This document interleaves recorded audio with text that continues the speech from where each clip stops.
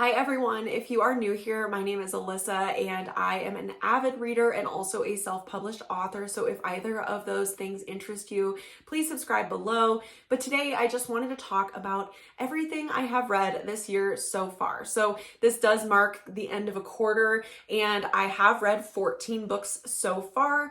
My Goodreads goal this year is to read 75 books total. Last year my goal was 50 and I was able to surpass that. This year, I've definitely been running a little behind. I definitely have been in a reading slump for, unfortunately, almost the whole year. I really just haven't read anything that has hit for me, or if I have, it's pretty much been a reread. So there were only 2 5-star books that I've read this year so far, and one of those was a reread. So it's just been a little bit of a rough year. Hopefully I find some more intriguing books later on this year. So I'm going to talk about the 14 that I have read thus far, and also the 2 that I am currently in the process of reading. I won't be giving those ratings, but I do want to share those books with you to see what your thoughts were if you've read those before. If you have read any of these books before, or if you have any thoughts, feel free to leave a comment below, and be sure to give this video a thumbs up if you want to see more reading or TBR content in the future. With that, let us jump into the video. So the first series that I want to talk about that I read this year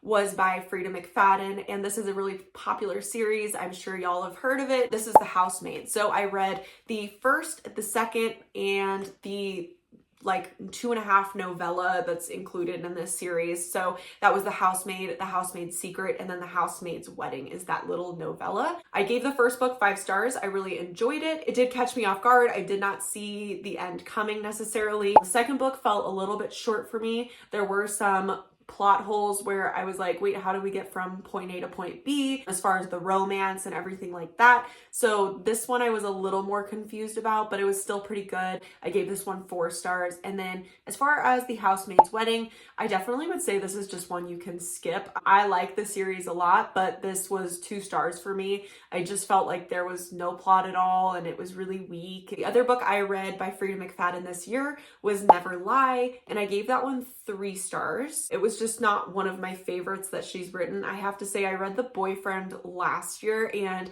I would say between The Boyfriend and the first book in the Housemaid series, those are the 2 I would recommend most out of all the books I've read by her to others. I think those are 2 of her really, really strong ones. But, you know, this was good, and I definitely read it really quickly. I did listen to the audiobook on Audible, I believe, for this one, and it was an enjoyable read, but overall, you know, just kind of like meh for me. So middle of the road, gave it 3 stars. The next book that I wanted to talk about, this was a duology, and this is the Crimson Moth series by Kristen Ciccarelli. The first book in this series is The Heartless Hunter or The Crimson Moth, just depending on which country you live in. They do have 2 different titles. And then the second book in this series is The Rebel Witch, and this just got released on February 18th. So we did read this in my book club as the March read.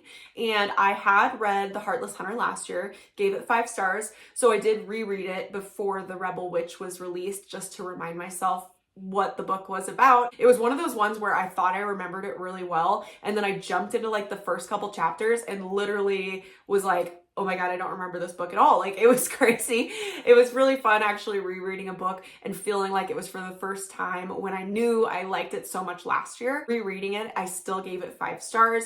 And then I gave The Rebel Witch 4 stars. I didn't feel like it was as strong just because since this is such a short series and she was trying to wrap it up within 2 books, I do unfortunately feel like towards the end of the second book, it just felt like a mad rush to tie loose ends. So it did feel a little bit like that. So pacing wise, it was a little awkward towards the later half of the second book, but I still would recommend this series to other people. It's a very cozy, kind of witchy romance, and I just thought it was super enjoyable. It is kind of tropey, so if that's something that bothers you, or you want to know more specifics about which tropes are really like utilized or overutilized in that story, maybe I could do a full review or a deep dive review on the duology later on my channel. But it is pretty tropey, so that didn't bother me in this case, but I know it bothers a lot of other people. It does utilize like the love triangle trope and some of those other ones that are seen a lot lot. So I know that can get on people's nerves. And if that's something that bothers you, I wouldn't recommend this series. But if that's not a problem, I would recommend this series to other romantic-y readers. Next, I'm going to talk about some graphic novels that I've read this year. I actually have never read any graphic novels as an adult, and so this was kind of fun. I just wanted something that was easy to break up my reading palette a little bit. I have been reading obviously a lot of books this year and have not been a fan of hardly any of them. So I just wanted something new, something fresh, something quick. I'm not sure if most people would consider graphic novels to be like qualifying novels for their reading count or their book count on Goodreads. But in my case, I'm just trying to read so many this year and I am short on time, especially right now. I'm a full-time student and I'm working full-time. So just trying to read something quick and light, which these did hit the spot for that. So the first one I read was Ruined by Sarah Vaughn. And I have to say I really liked this one. This was a romance, kind of a Bridgerton vibe. And, you know, I think with me, I'm such a fan of romance and especially a good slow burn romance that this felt a little short to me. And obviously there's very little text in these books. They're very short. And so that's a disadvantage just with the genre, I think. So I'm trying not to consider that too much, but I did feel like it was a little quick into the romance with these two characters, just because, again, it's a very short time frame that they have to get in this entire romance story between them. So again, trying to give them some grace for that because I am more of a slow progress romance lover. And this was a little quick just because of the pace of the book, but I gave this one 4 stars and I really did enjoy the artwork. I thought it was quite beautiful. The next graphic novel I read that I want to talk about is The Me You Love in the Dark, and I gave this one 3 stars. This is by Skottie Young, and I have to say with this book, I loved the premise of it, but again, this one, the romance was just like insta love. And after reading Ruined, I realized that it doesn't have to be insta love. Like there can be a little bit more romantic growth there. And with this book, there was just like none. Like, so it's a paranormal romance between like a ghost spirit and the main character. And at first she like moves into this old house. It's said to be haunted and she's just trying to like bother the ghost, basically. Like she's trying to make this ghost come out. Like she's a little curious about it, you can tell, but then it immediately becomes sexual and romantic. And I'm just a little confused because I'm like, if I found out that there was really a ghost in my house, like there would be a little bit of an adjustment shock period. And there was like none of that with this book. Like they're just like immediately romancy. And so that was just a little hard to believe for me, but I liked the concept and I am a sucker for when people personify houses or homes. And so even though it's not explicitly like identified what this other character is, whether it's a spirit or like a spirit of the house or a ghost, whatever it is, it does seem to be like deeply connected with the house. And I love the way it personifies the house. So I did really enjoy that aspect. The art for this is really dark, but it really fit the mood of the story. And so I did enjoy this one, but again, gave it 3 stars because it was so insta romance. The next book I read was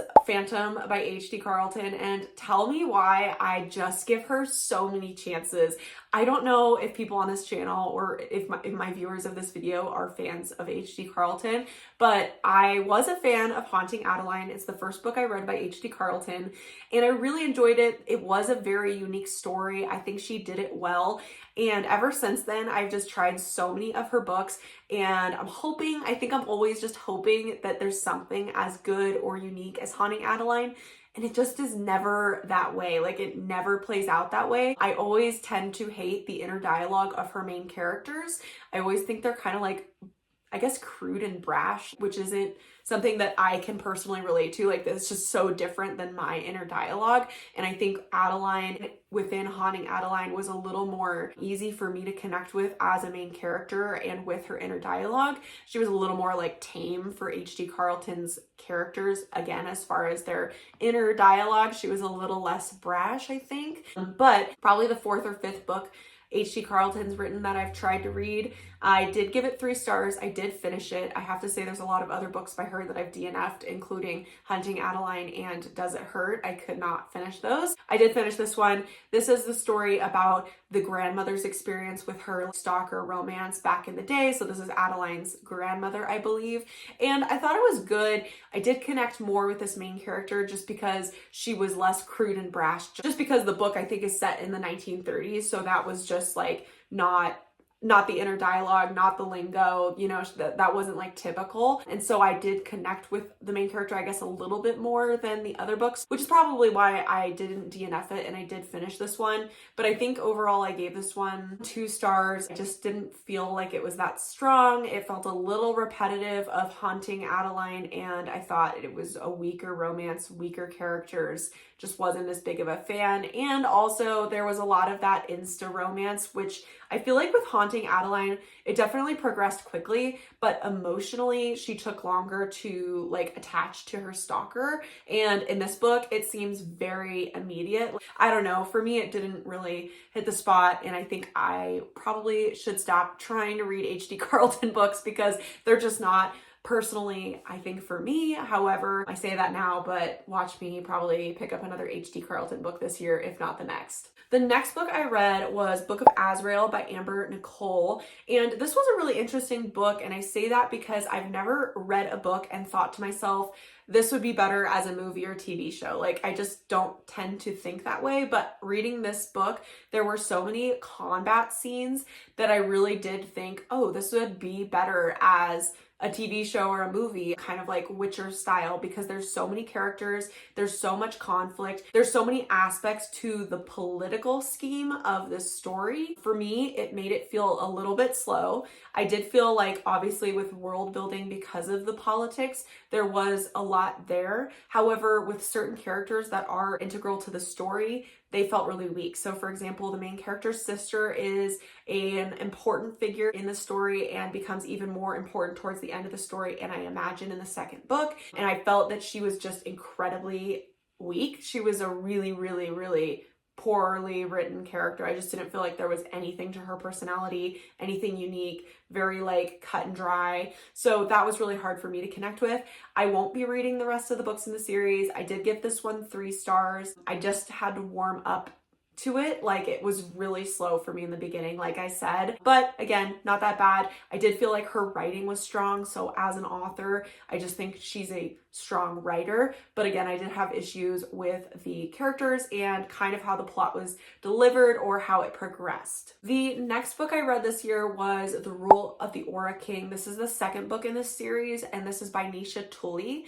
I did read the first book in the series last year and enjoyed it quite a bit. I think I gave it 4 stars, but I probably would give it like 4.5. I did really enjoy it. I read it really quickly. It was kind of predictable, just a classic romantasy book, but I just found it really lighthearted. I liked it. I liked the characters, and I did feel like the main character was consistent, which is sometimes hard to find within romantasy. So I did appreciate that aspect, and she definitely does continue to be a consistent character throughout the second book. The second book did lack a little bit for me. I gave this one 3 stars. These books progressively get longer, which isn't atypical of a series. However, it just feels long when I'm reading it, and that's never really a great sign, although there have been series I've read that feel like that, and then you get towards the end of the book and you're like, oh my gosh, now it's addicting. So I do try to push through that feeling with books like this because I do like the series, do like the characters. I do want to know what happens at the end of the series or in the next book. She's very good at leaving you on like little cliffhangers. So I do enjoy her writing in that aspect. I do plan on reading the 3rd and 4th books in this series, assuming that the 3rd one is not just like really rough to get through. But again, this one 3 stars, felt like it was fine, felt like things progressed very naturally. And I do think that one thing was a little unbelievable that was pretty critical to the plot. If you've read it, you probably know what I'm talking about. But as far as the main character's identity, she supposedly has known about her identity the whole time and just kept it secret to both the reader and like the world she lives in. I just feel like that's a little hard to believe considering we are getting her inner dialogue the entire first story. So it is weird that that isn't kind of like dropped more in the first book, or at least hints at that, until the very, very end of the book. So that was kind of my issue with this book. And in the second book, it becomes more relevant. So it was just a little hard for me to get on board with that. But I could do a deep dive review of this series if you guys are interested in that once I finish the third and fourth books. So the next book I read that I want to chat about is Fourth Wing. And obviously, if you read romantasy, I am sure you've heard of this book. And the third book in the series, Onyx Storm, just came out recently. So we did read this in March for our book club read. I had not read any in the series at this point. I was waiting till Onyx Storm got released because a lot of my friends who had read the series said, you're going to want the next one like ASAP, so just wait till the third one comes out. That way you don't have to have this like long period of waiting. So that's what I planned on doing. And I finished Fourth Wing and I just couldn't get behind it. Like, I gave it 3 stars, and I don't think I'll ever return to the series to finish Iron Flame or to finish Onyx Storm. Honestly, I feel like I would almost give it like 2.5 stars. For me, the writing and the inner dialogue just felt very childish. Like, it felt very YA, and that's fine. I mean, I read YA novels, but I feel like obviously it wasn't designated as a YA novel. So to have that felt very odd to me. I felt like the dialogue of the dragons is really what made this feel childish to me. They just are very like immature and not naive, but there's just something about the way they talk that just seems very, very off to me and like very youthful. Also, the main character, you know, she's not very consistent to like what she's committed to or what she believes in, or at the beginning of the book, she's like motivated one way very passionately, and then towards the end, she, you know, has a different perspective, which it's fine. I mean, like, I get character progress and character evolution. However, it feels like a little more wish-washy than that. If you guys have had a similar experience reading Fourth Wing, let me know. I know people love this series, and that's totally fine. Good for you. And I'm ironically someone that loved ACOTAR. I feel like people that loved ACOTAR also love Fourth Wing, and people that don't like ACOTAR don't like Fourth Wing. But for me, my cat Pumpkin says hi. For me, I just could not get behind this book, so I won't be finishing the series. And yeah, those are kind of my thoughts on Fourth Wing. The next book I want to talk about is a YA book, and this is Keeper of Enchanted Rooms by Charlie Holmberg. I gave this one 4 stars. As mentioned earlier in this video, I am a sucker for stories that personify houses, like haunted houses, gothic houses. I love it, and this is one of those stories that does that. This is a YA story, so it is a little bit more youthful, a little bit easier to read, which is kind of enjoyable for me at times. There is a small romantic subplot, which I also tend to really enjoy, and so I gave this one 4 stars overall. If you're someone who likes YA, or you're someone who wants a really cozy light read, I would definitely recommend this one to you. And the last book I'm going to chat about today is Blood Orange, and this is by Karina Hall or Hale. I'm not sure how she pronounces it, but this book I gave 2 stars. I think I came across this one on Audible. I actually hadn't heard of it before, but the audiobook is actually really good. I thought the voice actors were really good, so that's primarily why I downloaded this one. But I am not a huge fan of the professor romance trope, and this had that. I also felt like it was very weak just because it had so little to do with the plot. It didn't really tie in or fold into the main story very well or very effectively. I felt like the setting could have been literally anything for the plot. So it was just kind of felt weird, felt a little weak to me. The other main issue I had with this book is the main male character is very derogatory, I guess, towards women. When he has flashbacks, he'll kind of talk about women or talk to women or have inner dialogue about women, just very derogatory towards women, so much so that it really turned me off from the story and made me strongly dislike him as a character. So I really couldn't get into the story after that. All right, guys, so that is all 14 that I've read this year so far. Sorry, this video got so long. I cannot believe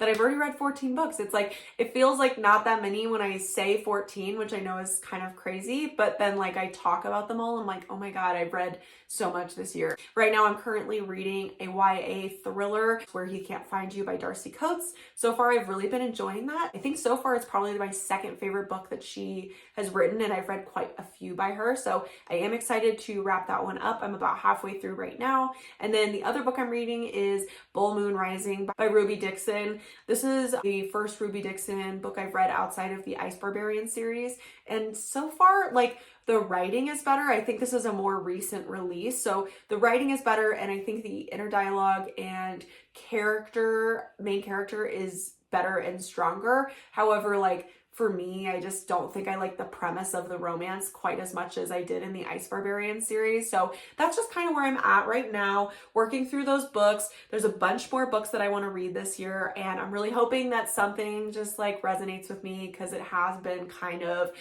a crappy year as far as my reads. I haven't really found anything that I am just totally in love with. So if you guys have any recommendations for me based on my quick reviews here of these 14 books, feel free to comment those below. Give this video a thumbs up if you've made it this far. Thank you for watching, and I hope to see you guys in my future videos. Bye.